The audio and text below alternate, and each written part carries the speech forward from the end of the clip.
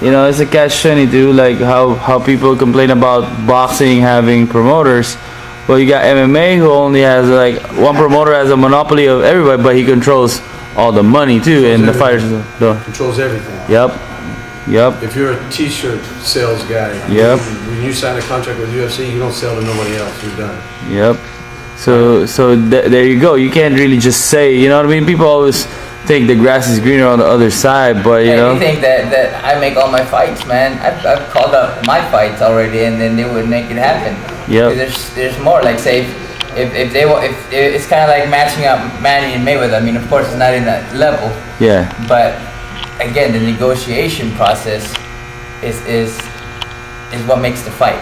Yeah. You know, we can like say for example the Darchinyan rematch. It was already signed contract, and I guess supposedly Darchinyan said I signed too late when it was 3 months. Yeah. Still in the fight. Definitely don't make sense. They just didn't agree on the money.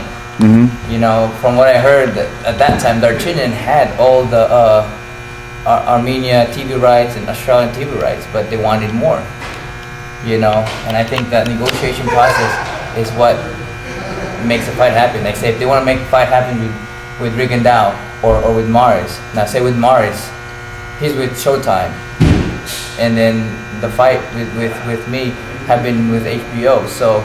Or say with Nishioka as well, but I mean going back to Mars, it would be Golden Boy and Top Rank, which is like boom in Showtime and HBO. Mm-hmm. So it's not, you know, gonna make it like enticing.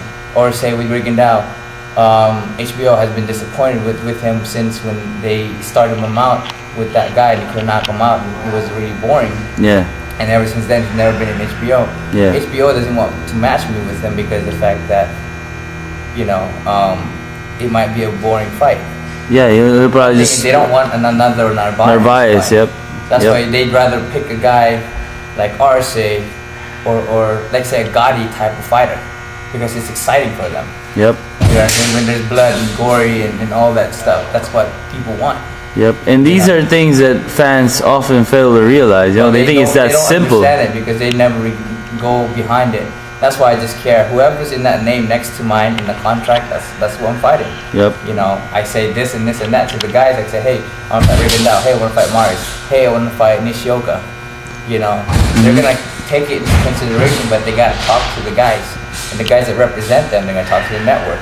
They gotta talk to the representative, and all that stuff. And it takes a long time. Imagine that. This is just this level. Now you gotta look at the Mayweather Pacquiao fight, which is like in a different perspective, atmosphere, stratosphere. So yeah, I mean that's what people fail to see is the negotiation process, which makes the fight happen. They think that it's easy to make the fight happen. It's not the case. It'll be easier if it was UFC, but you guys are not gonna make nowhere near the money you guys are making in boxing right now. And it's like this: if you can get, if you're someone that, you know, it's all about